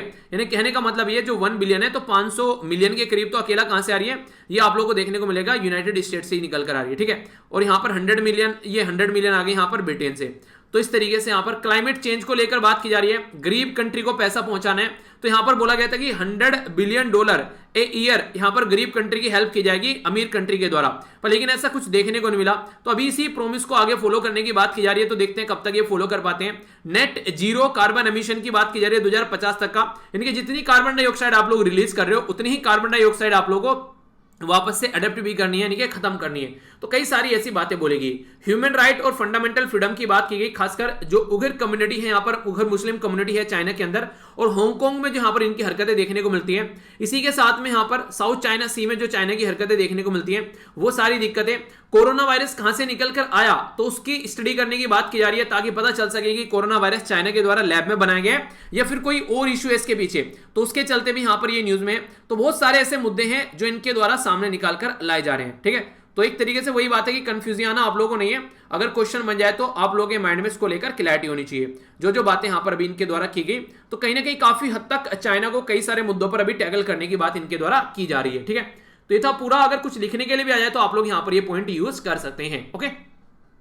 आगे चलते हैं। नेक्स्ट जो बात की जा रही है यहाँ पर, ये नेशनल न्यूज के बारे में बात करें, और यहाँ पर बात की जा रही है सुरक्षित हम और सुरक्षित तुम अभियान, यानी कि हम भी और तुम भी सुरक्षित रहो। तो ये अभियान यहां पर चलाया गया नीति आयोग के द्वारा, और इसी के साथ में पीरामल फाउंडेशन के द्वारा ये लॉन्च किया गया। 112 एक एस्पायरेशनल जो 112 जो एस्पायरेशनल डिस्ट्रिक्ट है उनके लिए यहां पर ये लॉन्च किया गया, ठीक है। तो यहां पर जो 112 एस्पायरेशनल डिस्ट्रिक्ट है, मैंने उसमें शायद ये वो नंबर 112 है यहाँ पर, ये नंबर नहीं है, फोन नंबर नहीं है, ठीक है। तो 112 एस्पायरेशनल जो डिस्ट्रिक्ट है उनके लिए है यहाँ पर ये, जिससे कि यहाँ पर जो कोविड-19 की जो दिक्कत है उसको दूर करने के लिए सपोर्ट प्रोवाइड कराया जा सके। तो मोस्ट ऑफ दीज जो डिस्ट्रिक्ट हैं, जिसमें झारखंड, छत्तीसगढ़, उड़ीसा और महाराष्ट्र के कवर हो जाते हैं, ताकि खासकर वो बीमारी जो लोगों को ये तो काफी कम सिम्टम्स देखने को मिल रहे हैं, फिर काफी धीमे सिम्टम्स, यानी कि बीमारी है पर बाहर अगर चेक करोगे तो नहीं नजर आएगी, तो उसके चलते यहाँ पर चीजें देखने को मिल रही है। तो एस्पायरेशनल डिस्ट्रिक्ट कौन से डिस्ट्रिक्ट हैं, जो काफी पिछड़े हुए डिस्ट्रिक्ट हैं। एस्पायरेशन नाम क्यों दिया गया, तो इसलिए नाम दिया गया, जैसे बाहुबली मूवी देखी होगी ना आप लोगों ने, वीर बहादुर, ठीक है। वैसे क्या था वो, वैसे डर के मारे चढ़ के बैठ गया उसके ऊपर, कि वो जो नहीं था वहां पर एक छतरी सी बैठी हुई थी, तो वीर बहादुर उसका नाम रखा गया, ताकि अपने नाम से ही कम से कम वो वीर बन जाए। तो वो बातें भी देखने को मिली। तो इसी के चलते एस्पायरेशनल डिस्ट्रिक्ट यहां पर इसलिए नाम दिया था, ताकि उसको गलत तरीके से नेगेटिव इंटेंशन से ना देखा जाए, और ये रहे कि अच्छा एस्पायरेशन है आगे बढ़ने की। जैसे एस्पायरेंट आप लोग देखते नहीं, एक एस्पायरेंट है कि यहाँ यूपीएससी की तैयारी कर रहा है, ये स्टेट बीसीएस की तैयारी कर रहा है, तो उस तरीके से यहाँ इसके अंदर एस्पायरेशन है इस पर्टिकुलर जॉब को पाने के लिए। तो एस्पायरेशनल डिस्ट्रिक्ट इसीलिए बोला गया कि इनकी एक तरीके से इनके अंदर इच्छा है कुछ अच्छा करने के लिए। तो इसी के चलते जो लीडर हैं, सिविल सोसाइटी है, वॉलंटियर है, वो सब यहाँ पर बेसिकली साथ मिलकर आ रहे हैं चीजों को सुधारने के लिए। इसमें अगर बात की जाए तो डिस्ट्रिक्ट मजिस्ट्रेट जो है वो पार्टनरशिप कराए लगभग 1000 के करीब जो लोकल एनजीओ हैं, ताकि सिचुएशन को संभाला जा सके, और ट्रेन करेगा लगभग 1 लाख वॉलंटियर को, 1 लाख वॉलंटियर को ट्रेन करेगा, और एक वॉलंटियर जो है वो 20 फैमिली को यहां पर बेसिकली टैकल करेगा। तो इसका मतलब 1 लाख जो है वॉलंटियर रहेंगे और 20 फैमिली एक वॉलंटियर रहेगी, तो सीधा सीधा हो गया 20 लाख फैमिली को कवर किया जाएगा। तो इस तरीके से आप लोग कवर कर सकते हैं, ठीक है। और इस तरीके से अगर एक फैमिली में 4 लोग भी हैं, तो आप लोग समझ सकते हैं कि लगभग 80 लाख के करीब जो लोगों को यहां पर ढंग एक तरीके से देखा जाएगा, ठीक है। तो इस तरीके से आप लोग चीज समझ सकते हैं। तो 112 टोटल डिस्ट्रिक्ट है यहां पर ये, और इसके चलते अगर हम लोग यहां पर लोगों को prevention is better than cure वाला फंडा बता पाते हैं, यानी कि बीमारी होने से पहले ही उसको थोड़ा कंट्रोल कर लेना। तो जो हेल्थ सिस्टम है हमारा ज्यादा अच्छा तो है नहीं, आप लोगों ने देखा कि हेल्थ सिस्टम के पसीने छुड़ गए अभी कोरोना वायरस के सामने, तो कम से कम पहले से ही हम लोग चीजों को सुधार पाएंगे और हेल्थ के ऊपर ज्यादा बर्डन नहीं पड़ेगा। तो इंडिया में खासकर जो पुअर कम्युनिटी है उसको यहां पर हम लोग ढंग से एक सपोर्ट प्रोवाइड करा पाएंगे। तो इसके चलते जो एस्पायरेशनल डिस्ट्रिक्ट प्रोग्राम है लॉन्च तो किया था 2018 में, अभी और अच्छे लेवल पर चीजों को कोविड-19 के चलते लेकर चलने की बात की जा रही है।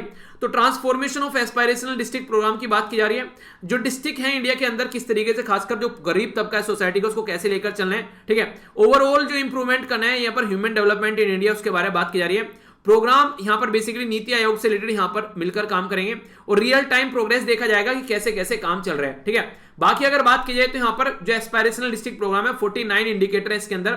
5 तो जैसे देखने को मिलेगा health, nutrition, education, agriculture, water, finance, जो फाइनेंशियल इंक्लूजन यानी कि जो अकाउंट वगैरह खुल रहा है वो सारी चीजें, स्किल डेवलपमेंट या बेसिक ढांचागत अगर चीजें प्रोवाइड कराई जा रही है नहीं, तो इस तरीके से यहाँ पर चीजें देखने को मिलती है। तो कहने का मतलब यहाँ पर यह है कि प्रॉपर वे में एक एनालिसिस के साथ में यहाँ पर चीजों को आगे लेकर चला जा रहा है और ब्रॉडर एरिया में चीजों को काउंट किया जा रहा है। बेसिकली किस तरीके से क्या क्या कवर करना है, तो सेंटर और स्टेट मिलकर काम करेगा। कोलैबोरेट कौन करेगा, सेंटर स्टेट के साथ में यहाँ पर और भी जैसे कि प्रभारी ऑफिसर, डिस्ट्रिक्ट जो कलेक्टर, वो सारे काम करेंगे। बाकी कंपटीशन अमंग द डिस्ट्रिक्ट रहेगा, यहाँ पर किस तरीके से मास मूवमेंट बनाना है, उन्हें कहते हैं कि सब कौन कौन ज्यादा काम करेगा। तो अकाउंटेबिलिटी रहेगी, डिस्ट्रिक्ट गवर्नमेंट पर अच्छे से काम करने का एक रेस्पॉन्सिबिलिटी रहेगी, तो उससे चीजों को आगे लेकर चलना है। आप लोग जैसे कॉम्पिटिशन में आ जाते हैं तो ही काम अच्छा होता है। जैसे कि एक बच्चे के द्वारा बोला गया, ये देखिए आप लोगों ने देखा कई सारे बच्चे होते हैं कि वो आकर कमेंट में लिखते हैं फर्स्ट कमेंट, ठीक है, कई सारे लिखते हैं सेकंड कमेंट, थर्ड कमेंट, पहली बार फर्स्ट कमेंट किया। तो आप लोग ये सोचिए, ऐसे ऐसे भी मेरे पास में मेल आते हैं जो कि कभी कमेंट करते ही नहीं है। तो अगर कोई कमेंट कर रहा है तो उसके अंदर की हेजिटेशन खत्म हो रही है, अभी लिख रहा है फर्स्ट कमेंट, कल को चल के आंसर भी लिखेगा, ठीक है। तो इस तरीके से वो उसमें खुश हो रहा है। अगर उसको किसी इंसान को उससे थोड़ी खुशी मिल रही है कि हाँ मैंने फर्स्ट कमेंट लिख दिया, तो उसके नीचे नेगेटिव कमेंट लिखने की क्या जरूरत है कि हाँ ये लो तुम्हारे लिए मेडल। कई सारे बच्चे ऐसे करने लगते हैं। यार वो बच्चा जो है वो कोशिश कर रहा है कि कुछ लिखने की कोशिश करे, एक हेजिटेशन होती है, कोई माँ के पेट से सीख के नहीं आता है। अगर वो कुछ ऐसा कुछ करने की कोशिश कर रहा है, अगर उसको लग रहा है कि उससे उसको एनर्जी मिल रही है, उसके ऐसा करने से उसको खुशी मिल रही है, तो आपको तो उस चीजों को सपोर्ट करना चाहिए यार। कोई अगर इस तरीके से कर रहा है, किसी को भी कभी भी पैर मत खींचिए, ठीक है। एक कई सारी ऐसी चीजें आप लोगों को देखने को मिल जाती हैं, ठीक है। तो कभी भी अगर कोई आंसर लिखने की कोशिश कर रहा है, उसने बहुत सारी स्पेलिंग मिस्टेक कर दी, पैरा नहीं ढंग से बना पा रहा है, यार वो लिखने की कोशिश कर रहा है, उसको अप्रिशिएट करो आप लोग, उसको पीछे नहीं खींचना है, ठीक है।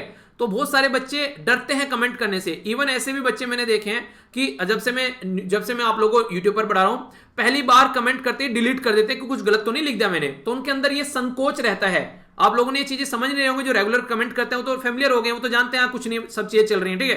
पर लेकिन जो फर्स्ट टाइम पब्लिक में कमेंट करता है उसको डर लगता है कमेंट करते हुए। अपना पहला कमेंट किसी यूट्यूब चैनल के नीचे आप लोगों ने अगर किया होगा तो याद करिए वो फर्स्ट टाइम कैसा लग रहा होगा आप लोगों को। तो कभी भी कोई नई चीज होती है ना, इंसान को डर लगता है, तो उसको इस तरीके से मत देखिए कि हाँ नेगेटिव चीजें हैं, उसको अप्रिशिएट कीजिए ताकि इंसान जो है आगे चलकर चीजें बढ़ने लगती है। अगर किसी को एनर्जी मिल रही है कि हाँ मैंने आती हुई वीडियो पे कमेंट कर दिया, तो उसमें उसको उस तरीके से क्यों देख रहे हो, अभी उसने चीजें स्टार्ट किया, आगे सीखेगा, बढ़ने तो बेचारे को उसको, ठीक है। तो ये कुछ बातें थी जो मुझे अच्छी नहीं लग रही थी, जो कई सारे कमेंट आप लोगों के जब देखता हूं। और एक इसी के साथ में एक बच्चे के द्वारा कमेंट किया गया, सर एक लड़की परेशान कर रही है। नॉर्मली देखते हैं कि लड़का लड़की को परेशान कर रहा है, पर लेकिन ऐसा नहीं है। कई सारी लड़की भी इस तरीके से एक्टिविटी करती हुई देखी गई है, जो कि खासकर अगर मैंने देखी है, ज्यादा तो नहीं पर हाँ कम, पर लेकिन हाँ लड़कियां भी कई बार ऐसी ही देती हैं। अब पता नहीं क्या कंडीशन है, कोई लड़का लड़की की आईडी बनाकर कर रहा है, जो भी कर रहा है, पर हाँ ऐसे भी कमेंट आते हैं। तो मैंने हमेशा आप लोगों को बोला है, चाहे लड़का हो चाहे लड़की हो, अगर आप लोगों को लगता है कोई परेशान कर रहा है तो तुरंत आप लोग मुझे उसका स्क्रीनशॉट लेकर मेल कीजिए, मैं तुरंत उसको ब्लॉक करूंगा, ठीक है। चाहे लड़का हो चाहे लड़की हो, जेंडर कोई डिफरेंस नहीं है। हाँ अगर कोई हरकतें कर रहा है, अब कुछ भी हो सकता है, वो उसको ब्लॉक किया जाएगा अगर कोई भी गलत माहौल बना रहा है, ठीक है। ऑपरेशन पेंजिया, तो 14th जो यहां पर ऑपरेशन जो पेंजिया अभी यहां पर देखने को मिल रहा है, तो इसके बारे में बात करते हैं। तो यहां पर किसका ये ऑपरेशन था, तो 14th ये अभी यहां पर पेंजिया ऑपरेशन था, इनके पहले स्टार्ट किया गया था। जी हाँ, फर्स्ट पेंजिया ऑपरेशन जो था यहां पर ये 2008 में स्टार्ट किया गया था। इंटरनेशनल क्रिमिनल पुलिस ऑर्गेनाइजेशन, जिसको इंटरपोल बोलते हैं। तो इसके द्वारा बोला गया अभी 1.10 लाख के करीब वेब लिंक ऐसे हैं, यानी कि इंटरनेट पर इतने सारे लगभग 1 लाख से ज्यादा ऐसे लिंक हैं जो कि मार्केट में ऑनलाइन दवाइयां बेच रहे हैं, उल्टी सीधी हरकतें कर रहे हैं। तो ये ऐसी ऐसी हरकतें करते हुए पाए जाते हैं, उनको आइडेंटिफाई किया गया। तो इसके चलते लोगों को अवेयरनेस करने की कोशिश की जा रही है कि फेक न्यूज आप लोगों को देखने को मिलेगी। पीएम केयर के नाम पर भी एक अलग वेबसाइट चल गई पैरेलल में, और दुनिया भर के लोगों ने उसमें डोनेशन किया। तो ऐसी ऐसी भी हरकतें आप लोगों को देखने को मिल जाती है। तो इसीलिए आप लोग अगर सर्च करेंगे आज के में टेलीग्राम पर जाकर, स्टडी लवर वीर के नाम से दर्जनों चैनल आप लोगों को मिल जाएंगे, ठीक है। क्या कर रहे हैं, दुनिया भर की इधर उधर से उठा के उल्टी सीधी वीडियो डाल रहे हैं, पीडीएफ डाल रहे हैं। तो अगर आप लोगों को, इसीलिए मैं बार बार बोलता हूं कि मेरी जो भी पीडीएफ वगैरह है, जो भी लेक्चर हैं, वो फ्री ऑफ कॉस्ट आप लोगों को मिलते हैं। तो अगर कोई आप लोगों से पैसा ले रहा है तो ये आप लोगों की रेस्पॉन्सिबिलिटी है, ठीक है, आप लोग उसको पैसा दे रहे हैं। तो मेरी जो भी चीजें हैं वो मैं फ्री ऑफ कॉस्ट आप लोगों को प्रोवाइड कराता हूं, और टेलीग्राम को वही ज्वाइन कीजिए जो वीडियो के नीचे लिंक रहता है, ठीक है। तो ऐसी चीजें कई बार न्यूज़पेपर में मैंने आप लोगों को पढ़ाया, कई सारे लोग ठगे गए, ये रेगुलर आप लोगों को चीजें देखने को मिल जाती हैं। तो अवेयरनेस जरूर फैलाइए इनके बारे में कि कोई भी ऐसी चीजों के चक्कर में ना आए। कोई आप लोगों को यहाँ पर कि हाँ लॉटरी लग गई, कोई लॉटरी नहीं दे रहा आप लोगों को, ठीक है। ये सारी फालतू की चीजें होती हैं। तो यहाँ पर जो पेंजे है बेसिकली इसी तरीके से चलाया गया ताकि अवेयरनेस फैलाई जा सके और जो रिस्क इसके साथ में एसोसिएट रहता है उसको रोका जा सके। ऐसी जो वेबसाइट है उनको अनरेगुलेटेड बेसिकली किया जा सके ताकि वो यहाँ पर इस तरीके से एक्टिविटी न करें।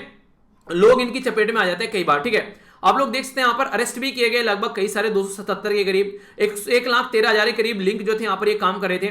और लगभग इनके द्वारा यहाँ पर जो वर्थ का जो काम किया गया लगभग 23 मिलियन US$ का व्यापार इनके द्वारा किया गया, जिसमें कोविड-19 की टेस्ट किट बेची गई, मास्क बेची गई, एंटी जो बायोटिक बेची गई या फिर पेन किलर वगैरह, ये सारे सामान बेचे गए इनके द्वारा, ठीक है। इसी के साथ में काफी लार्ज स्केल पर आप लोग को देखने को मिलेगा। यहाँ पर कंट्री जो है वो 92 है, इनके 92 कंट्री ऐसी है जहां पर ये चीजें देखने को मिल रही हैं। पैकेज जो चेक किए गए यहाँ पर इनके द्वारा लगभग 7,10,000 के करीब यहाँ पर पैकेज चेक किए गए जब यहाँ पर ये चीजें देखने को मिली। तो देखिए अवेयरनेस की कमी तो आप लोग इसको बोल सकते हैं जो ऐसी एक्टिविटी देखने को मिलती है। अगर अवेयरनेस रहे तो ये सारी चीजें आगे बढ़ी ना। करंट जो ऑपरेशन है यहाँ पर बताया मैंने 14 नंबर का यहाँ पर पेंजे का 92 कंट्री और कोऑर्डिनेट किया जा रहा है इंटरनेशनल जो पूल जो इंटरनेशनल पुलिस और हमारी कंट्री की जो सीबीआई है सेंट्रल ब्यूरो ऑफ इन्वेस्टिगेशन वो हमारी कंट्री की साइड से पार्टिसिपेट करती है। तो ऑनलाइन अगर कोई गलत दवाइयां बेची जा रही है इस तरीके से, आप लोग ये समझिए कोई पर्टिकुलर इंसान बीमार है उसको गलत दवाई मिल गई, ठीक है, पता चला और बीमार हो गया उसकी जान भी चलेगी। तो इस तरीके से काफी इंपॉर्टेंट एक ऑपरेशन है यहाँ पर जिसमें सारी कंट्री पार्टिसिपेट कर रही है और कॉन्टिन्यूअसली यहां पर इन चीजों को रोकने की कोशिश की जा रही है। तो अपने लेवल पर आप लोग अपना ध्यान रखिए, बाकी तो जो चीजें चलती रहेंगी वो देखा ही जाएगा, पर आप लोग अपना ध्यान जरूर रखिए, ठीक है। आगे बात करते हैं गवर्नमेंट स्कीम के बारे में जो है यहाँ पर सरल जीवन बीमा। तो सरल जीवन बीमा के बारे में अगर आप लोगों से बात करूं तो एज जो होनी चाहिए 18 से 65 के बीच में आप लोगों को होनी चाहिए अगर इस पॉलिसी का पार्ट बनना है, ठीक है। पॉलिसी जो होनी चाहिए जो टेन्योर ये 5 से लेके जो यहाँ पर बेसिकली 40 साल तक का टेन्योर है यहाँ पर ये, और पॉलिसी जो होल्डर की एज होनी चाहिए वो इतनी होनी चाहिए, ठीक है। पॉलिसी का टेन्योर इतना रहना है 5 से लेके 40 साल तक का। मिनिमम सम जो एश्योर्ड किया जाता है 5 लाख और बाकी का मैक्सिमम 25 लाख तक का यहाँ पर है। ये आप लोगों को जो प्रीमियम पेमेंट है यहाँ पर सिंगल, रेगुलर या फिर लिमिटेड पे भी यहाँ पर देखने को मिलेगा। इसके वेटिंग पीरियड 45 डे के करीब है। पॉलिसी जो एश्योरेंस का बेसिकली यहाँ पर एक तरीके एक इंश्योरेंस टाइप में आप लोग पॉलिसी बोलते हैं इनको, जिसके चलते हमारी कंट्री में ये काफी कम लेवल पर है इंश्योरेंस पॉलिसी, उनको और अच्छे लेवल पर सपोर्ट करने की कोशिश की जा रही है। तो सरल जीवन बीमा जो है ये अभी यहाँ पर IRDA insurance regulatory development authority के द्वारा यहाँ पर सामने निकल कर आई। तो ये कैसी ऑर्गेनाइजेशन है जो कि यहाँ पर इंश्योरेंस को कैसे रेगुलेट करना है उसके बारे में बात करती है। और तेलंगाना में इसका हेडक्वार्टर है, ना दिल्ली में है, ना चेन्नई में है, ना कोलकाता में है, ना मुंबई में, तेलंगाना में हेडक्वार्टर है। तो कंफ्यूज आ सकते हैं आप लोग, तो कंफ्यूज आना नहीं है, ठीक है। सुभाष चंद्र जो यहाँ पर कौंतिया है, कौनते पुत्र जो पांडवों से रिलेटेड थे, तो वो यहाँ पर चेयरपर्सन है। तो ये जो स्कीम है यहाँ पर ये अभी काफी ज्यादा पॉपुलर है, काफी लोग इसको यहाँ पर ले रहे हैं। ये यहाँ पर अक्टूबर 2020 में इसको बेसिकली लॉन्च किया गया था, ठीक है। तो ये एक तरीके जो स्कीम है यहाँ पर ये, तो आप लोगों को लगता है कि आप लोग इसको लेना चाहते हैं तो आप लोग इसको ले सकते हैं। तो यहाँ पर बेसिकली इसी को रेगुलेट करने की बात की जाती है। एक तरीके से प्रोटेक्शन है यहाँ पर जो पर्टिकुलर पर्सन के लिए, अगर देख तरीके लोअर इनकम कैटेगरी में कि हाँ अगर जॉब चली जाए तो उसके बाद में इंश्योरेंस होना चाहिए, कम से कम बुढ़ापा ठीक से कट जाए, तो उसके लिए यहाँ पर एक अच्छी खासी सपोर्ट आप लोग इसको बोल सकते हैं। साइंस और टेक्नोलॉजी के बारे में बात की जा रही है। पहले आप लोग यहाँ पर ये बेसिकली पोलराइजेशन के बारे में आप लोग समझिए, जो यहाँ पर नॉर्मल तरीके से हॉरिजॉन्टल आप लोगों को देखने को मिलेगा और इसी के साथ में आप लोगों को यहाँ पर वर्टिकल देखने को मिलेगा। यहाँ पर बेसिकली ये इस तरीके से हॉरिजॉन्टल हो गया, वर्टिकल हो गया, या फिर लीनियर आप लोग बोले तो इस तरीके से नहीं, ये वेव चलती है, ठीक है। तो यहाँ पर अनपोलराइज लाइट आ रही है यहाँ पर ये, ठीक है। अब अनपोलराइज लाइट आ रही है तो यहाँ पर ये इस तरीके की लाइट को आगे जाने जा रहे हैं, तो ये पोलराइज हो गई, यानी कि एक डायरेक्शन में जा रही है, तो लीनियर पोलराइजेशन बोल दिया। अब ये जो लाइन यहाँ पर भी अनपोलराइज ही आ रही थी, ठीक है, तो यहाँ पर ऐसे वाली लाइन को आने दिया, ठीक है, तो यहाँ पर ये वर्टिकल पोलराइजेशन हो गया, ठीक है। तो इस तरीके से आप लोग लीनियर या फिर हॉरिजॉन्टल या फिर वर्टिकल आप लोग बोल सकते हैं पोलराइजेशन। तो इसी के बारे में बात की जा रही है। तो PASIPHAE ये क्या है यहाँ पर, ये है बेसिकली यहाँ पर polar area satellite imaging polarisation high accuracy experiment. तो ये अभी रिसेंटली न्यूज में है। तो इसके चलते यहाँ पर चीजों को बेसिकली होने की आइडेंटिफाई करने की कोशिश की जा रही है। तो ये जो मिशन यहां पर देखने को मिला इसके बारे में भी ये न्यूज में है। तो वाइड एरिया लीनियर ऑप्टिकल जो यहां पर पोलरीमीटर है, ठीक है, तो ये काफी अभी इंपॉर्टेंट यहां पर ये प्रोजेक्ट अभी न्यूज में था, जिसके चलते इसके बारे में हम लोग बात करें तो इंटर जो university centre for astronomy and astrophysics जो इंडिया है, तो इसके चलते यहां पर काफी लार्ज स्केल पर चीजों के अंदर काम किया जा रहा है। तो क्या क्या चीजें यहां पर देखने को मिलेगी पहले तो, और कौन कौन इसके अंदर इंक्लूड है, क्या यहां पर क्या क्या चीजें चल रही हैं, तो उसके बारे में समझिए, तभी आप लोग चीजों को अंडरस्टैंड कर पाएंगे। ये जो एक ऐसा मिशन है यहाँ पर, इसमें साइंटिस्ट आप लोग यहाँ पर ग्रीस से, यूएसए से, इंडिया से, जो यहाँ पर साउथ अफ्रीका जो यहाँ पर बेसिकली एस्ट्रोनॉमिकल ऑब्जर्वेटरी है, या फिर नॉर्वे से आप लोगों को देखने को मिलेंगे। तो हर जगह से आप लोगों को यहाँ पर मेंबर निकलकर सामने आ रहे हैं। ये ऐसे प्रोजेक्ट होते हैं जैसे चंद्रमा, आप लोगों ने चंद्रयान वाला प्रोजेक्ट देखा, तो ये ऐसा नहीं है कि बस इंडिया को फायदा पहुंचाएगा, तो ये ऐसे होते हैं कि ऑल ओवर वर्ल्ड में दुनिया को फायदा पहुंचाते हैं, क्योंकि सब जो है वो इससे रिलेटेड जो भी इंफॉर्मेशन है वो यूज करते हैं। तो इंडिया के अंदर अगर बात करें तो इंटर जो यूनिवर्सिटी सेंटर फॉर एस्ट्रोनॉमी और एस्ट्रोफिजिक्स कहां पर, ये पुणे के अंदर, तो ये हमारी कंट्री की साइड से पार्टिसिपेट कर रहे हैं। ठीक है, अगर बात की जाए यहां पर, ये कंडक्ट किया जा रहा है करेंटली जो साउथ अफ्रीका से आप लोगों को देखने को मिलेगा, सदर्न हेमीस्फीयर, और इसी के साथ में जो नॉर्थ से अगर बात करें तो ग्रीस से आप लोगों को देखने को मिलेगा। जैसे ये नहीं हो गया, अगर बात करें जैसे ये होगी पृथ्वी, ठीक है, तो ये तो हो गया नॉर्थ वाला एरिया, ये हो गया साउथ वाला एरिया, तो साउथ अफ्रीका से देखने को मिलेगा और यहां पर ग्रीस से देखने को मिलेगा। तो इस तरीके से यहां पर जो यूरोपियन स्पेस एजेंसी है वो भी यहां पर मिलकर काम कर रही है। तो इसके बारे में एक आइडिया आप लोग रखिएगा। स्काई यानी कि आसमान को सर्वे करने वाला प्रोजेक्ट आप लोग इसको बोल सकते हैं। ठीक है, तो ये बेसिक जो है चीजें जो मैंने आप लोगों को कुछ बताई हैं, इनके बारे में हल्का सा आइडिया जरूर रखना। आगे बात करें, यहां पर इंफ्रास्ट्रक्चर के बारे में बात की जा रही है। बेसिकली अभी कई सारी चीजें आप लोगों को देखने को मिलेगी। अभी यहां पर जो बात की जा रही है सुपरसोनिक स्पीड के बारे में, एविएशन के फील्ड में। नॉर्मली डिफेंस के फील्ड में सुपरसोनिक आप लोगों ने देखा होगा, पर यूएसए की जो एयरलाइंस है यूनाइटेड, उसके द्वारा अभी यहां पर 15 नए सुपरसोनिक जो एयरलाइन है यहां पर खरीदने की बात की जा रही है, जिसके चलते यहां पर आप लोगों को देखने को मिलेगा इनकी स्पीड जो है नॉर्मली उस तरीके से है जैसे कि आप लोग जो मिलिट्री के जो बेसिकली नहीं थे जहाज होते हैं, तो उस वाली बात की जा रही है। तो सुपरसोनिक स्पीड से यहां पर एविएशन के फील्ड में एंट्री करने की बात की जा रही है 2019 में। डिफेंस के फील्ड में तो यहां पर यूज कर ही रहे हैं, अभी यहां पर भी ये बात करें। ठीक है, तो इसी के बारे में कुछ बातें हैं यहां पर। तो यूएसए में इसको स्टार्ट किया जा रहा है सबसे पहले। अभी जो इंपॉर्टेंट पॉइंट है यहां पर ये याद रखिएगा कि एक नई सुपरसोनिक के बारे में भी आप लोगों से बात करूंगा। ये ओवरचर बेसिकली एयरक्राफ्ट है यहां पर, जो वर्ल्ड का फास्टेस्ट कमर्शियल एयरलाइन यहां पर बनने वाला है। ट्रेवल टाइम काफी ज्यादा रिड्यूस होने वाला है, तो काफी कुछ फायदे यहां पर देखने को मिलेगा। अगर एयरलाइन के बारे में बात करें तो परचेज करें यहां पर ओवरचर एयरक्राफ्ट यहां पर, तो बेसिकली बून सुपरसोनिक जो यहां पर स्टार्टअप है जिसका नाम है डेनवर, ये जो डेनवर में बेस्ड है यहां पर ये बून सुपरसोनिक, तो यहां से चीजें निकल कर आ रही हैं। जो इसकी स्पीड रहेगी यहां पर फास्टर देन द साउंड, जो साउंड की जो स्पीड होती है, इनके आवाज की जो स्पीड है उससे 1.7 टाइम फास्टर आप लोगों को यहां पर ये देखने को मिलेगी। यानी कि साउंड की स्पीड से भी ज्यादा स्पीड आप लोगों को इसकी नजर आएगी। ये फर्स्ट एयरक्राफ्ट रहेगा जो पैसेंजर को कैरी करेगा, वो भी सुपरसोनिक स्पीड पर। तो सुपरसोनिक जो एयरक्राफ्ट है यहां पर ये, तो यहां पर जो ये बेसिकली रहेगा यहां पर ये फ्लाई फास्टर देन द जो स्पीड ऑफ साउंड से यहां पर करेगा। स्पीड जो रहेगी वो 900 kilometre per hour, twice the speed जो नॉर्मल स्पीड पर जो एयरक्राफ्ट चलते हैं ना, जिसमें आप लोग नॉर्मली यात्रा करते हैं, ठीक है, उसकी डबल स्पीड आप लोगों को यहां पर देखने को मिलेगी। टेक्नोलॉजी के पॉइंट ऑफ से बात करें तो यहां पर ये एक्चुअली ये लगभग 70 साल हो गए सुपरसोनिक के बारे में, पर लेकिन अब तक इनको डिफेंस मिलिट्री पर्पज के लिए यूज किया जाता था। कमर्शियल फ्लाइट के लिए इसको पहली बार यूज किया जा रहा है। तो जो बून ओवरचर बेसिकली सुपरसोनिक एयरक्राफ्ट है यहां पर ये, तो बोला जा रहा है कि नेट जीरो कार्बन एमिशन आप लोगों को देखने को मिलेगा, और इसी के साथ में 100% सस्टेनेबल एविएशन फ्यूल को ये यूज करेगा। तो इसके चलते यहां पर चीजें देखने को मिलेगी। तो एम ये भी है कि किस तरीके से जो यहां पर एक तरीके से ओवरलैंड नॉइज जो है उसको भी कैसे कंट्रोल किया जाए, पर लेकिन कुछ दिक्कतें भी यहां पर निकल कर आएगी। तो मोटी मोटी बातें बता दी। हाई मैन्युफैक्चरिंग कॉस्ट है इसकी, इन्वायरमेंटल कॉस्ट भी इसकी ज्यादा बोली जा रही है। आप लोग बोलेंगे तो बोला था इन्वायरमेंट फ्रेंडली है, तो इन्वायरमेंट फ्रेंडली ये पूरी जर्नी में नहीं है, कुछ एरिया आप लोग को ऐसा देखने को मिलेगा स्टार्टिंग के फेज में अगर बात की जाए। यानी कि जैसे कि स्टार्टिंग में अगर बात की जाए जैसे टेक ऑफ करना है, और या फिर इसके बाद में जैसे कि टेक ऑफ करने में सबसे ज्यादा ताकत लगती है, तो उस टाइम पर कोई फ्यूल नहीं है। बेसिकली एक बार उड़ गया तो वहां पर नॉर्मल फ्यूल यूज किया जाएगा। टेक ऑफ करने वाले तो वही फ्यूल यूज करेंगे जो नॉर्मल अभी करते हैं, ठीक है। एक्सेसिव नॉइस आप लोगों को देखने को मिलता है, ठीक है। रेगुलेटरी अप्रूवल की बात की जा रही है, कॉस्ट काफी ज्यादा यहां पर देखने को मिलेगी। तो मैन्युफैक्चरिंग भी और मैनेजमेंट कॉस्ट भी यहां पर इसको काफी ज्यादा निकल कर आएगी, तो उसके चलते इसके बारे में बात की जा रही है, ठीक है। तो बेसिक चीजें हैं यहां पर, आप लोगों से क्वेश्चन ऐसे कई बार पूछ ले जाते हैं। ओके, एक बच्चे के द्वारा बोला गया सर जब तक जो वीडियो है वो 50 मिनट से ऊपर न जाए तब तक मजा नहीं आता है। देखिए मजे की बात तो ये है, बेसिकली मैं चाहता हूं कि हर एक कॉन्सेप्ट जो है वो थोड़ा क्लियर हो जाए, बाकी तो सब चलता ही रहता है, ठीक है। अब आप लोगों के सामने क्वेश्चन है, जो आप लोग क्वेश्चन देखने हैं, तो क्वेश्चन देखिए आप लोग, ये क्वेश्चन है इनको अटेम्प्ट कीजिए। लेफ्टिनेंट गवर्नर कौन से इनका नाम आप लोग को बताना है, जो यहाँ पर बात की जा रही है डिजिटल लर्निंग को बढ़ाया जा रहा है। ऑपरेशन पेंजिया किसका है ये आप लोग को बताना है। सरल जीवन बीमा जो है ये किसका है ये आप लोग को बताना है। इसी के साथ में प्राइम मिनिस्टर जो है यहाँ पर ये इजराइल के नए कौन बने ये बताइए। स्टेट ऑफ बिहार से रिलेटेड कौन सा केस है जो कि यहाँ पर जो देशद्रोह के बारे में बात करते हैं।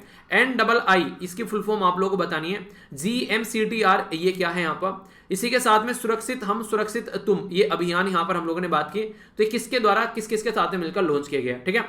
अब यहां पर ये थोड़ा रिविजन कर लेते हैं जो कि आप लोगों को पता होना चाहिए।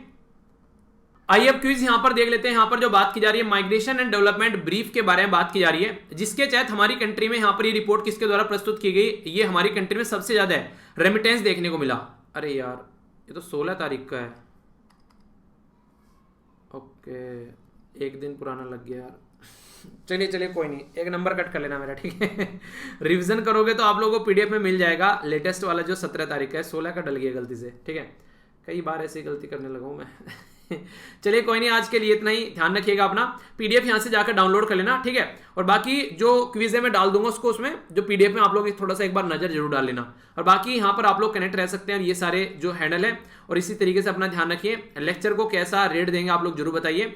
बाकी का आसपास सफर रखिए, पानी और पेट पौधों को सेव कीजिए, पॉलिथीन और प्लास्टिक का बिल्कुल यूज नहीं करना है। और टाइमिंग को लेकर आप लोग की क्या रहे वो जरूर बताएगा। तो नेक्स्ट लेक्चर में मिलता हूं, तब तक के लिए जय हिंद।